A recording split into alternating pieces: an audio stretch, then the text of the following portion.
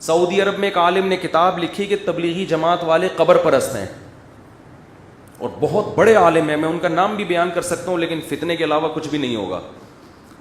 عربی میں کتاب ہے ان کی، میں نے خود پڑھی ہے.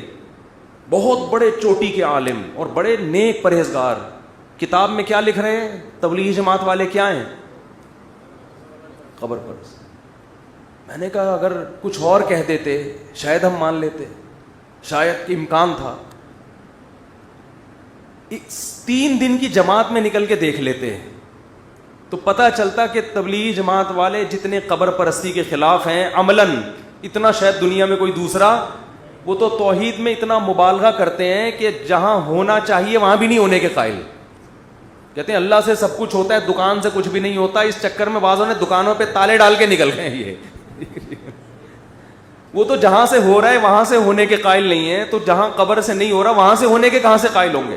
لیکن کیا ہے، فتنہ پرست لوگوں نے علماء دیوبند کی کتابوں کو سے تروڑ مروڑ کے چیزیں نقول کے ایسا ملغوبہ بنا کے عرب علماء کے سامنے پیش کیا کہ وہ بھی کنفیوژن کا شکار ہوئے ہیں. میں نے کہا یہ بزرگ عالم ایک دفعہ ادھر پاکستان یا ہندوستان آ جائے، میں ان کو شب جمعہ میں لے کے جاؤں گا اور کہوں گا ان کا بیان شروع اس سے ہوتا ہے کہ اللہ سے ہوتا ہے، اللہ کے غیر سے نہیں، درمیان میں بھی یہ اور ختم بھی اسی پہ.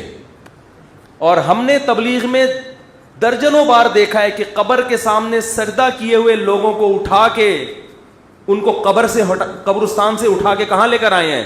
مسجدوں میں. تو کتابوں کے پروپیگنڈے پہ مت جاؤ، عمل دیکھو ہو کیا رہا ہے. عمل دیکھو ہو کیا رہا ہے. اگر علماء دیوبند قبر پرست ہوتے تو میں بھی کیا ہوتا.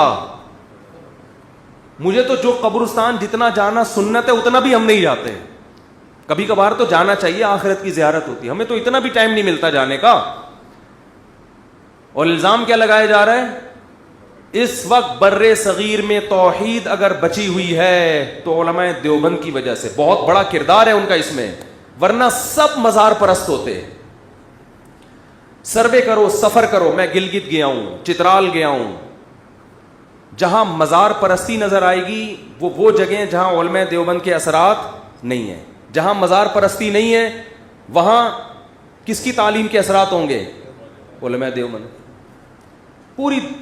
پورے بر صغیر میں جہاں بھی جاؤ، آپ جہاں بھی جاؤ، مزار اگر نظر آ رہے ہیں، قبروں پہ سجدے نظر آ رہے ہیں، بھائی یہاں کوئی عالم دیوبند کا عالم نہیں آیا تبلیغ کے لیے. اور جہاں میں گلگت کے ایسے دیہاتوں میں گیا جہاں ایک بالش سے اونچی قبر نہیں ہے، سب مٹی کی قبریں، ایک بالش سے اونچی کوئی قبر نہیں، بڑے بڑے قبر. میں حیران، یار تم گاؤں دیہات کے لوگ، تمہیں اتنا شور. تو سلسلہ جا کے کہاں ملے گا؟ جا عالم من دیوبند. کہاں سے ایک عالم آئے تھے؟ دیوبند. وہ سب مزار ختم کر کے چلے گئے. تو کتابوں میں توڑ موڑ کے مشکل کشا فلانا، بھائی وہ ذو معنی الفاظ ہیں. جیسے حضرت جبریل نے کہا میں تجھے ہبہ کرنا چاہتا ہوں، مطلب یہ تھا میں نہیں، ذریعہ کون بن رہا ہے؟ میں. اس لیے اپنی طرف فی الحال شارٹ کٹ بات کی ہے میں نے، ٹھیک ہے نا، کیونکہ سب کو پتا ہے کہ اللہ کے علاوہ کوئی اولاد نہیں دے سکتا. ان شارٹ تو بھائی اپنے عقیدے کو مضبوط کرو. اسلام توحید کے معاملے میں بہت حساس ہے. مدد صرف کس سے مانگی جائے گی؟ اللہ سے. مزاروں پہ حاجات پوری نہیں ہوتی ہیں.